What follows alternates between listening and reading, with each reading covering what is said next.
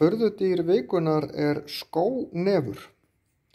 Þetta skemmtilegur fugl, lifir í Afríku, getur orðið alltaf 1,5 metra á hæð. Hann með gríðarlega stóran og mikinn gogg, en hann dregur nafn sitt af honum, því að þessi goggur, hann hægt að fara ákveðinu sjónarhorni og líkist hann svolítið tréskó eða tréklossa. Þeir eru gríðarlega styggir og sjást þess vegna ekki oft. Menn sáu þá til dæmis í fyrsta skipti eftir 1900. En þeir éta alls konar smádýr, froskdýr og lungnafiska, sem eru fiskar sem geta andað að sér lofti.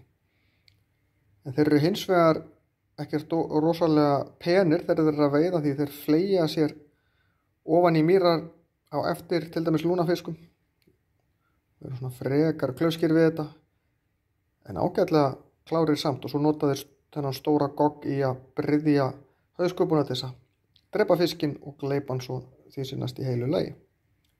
Eins og fuglar gera almennt, því þeir eru ófærir að tyggja, því þeir eru ekki með neinar tennur. Það eru engir fuglar sem eru með tennur.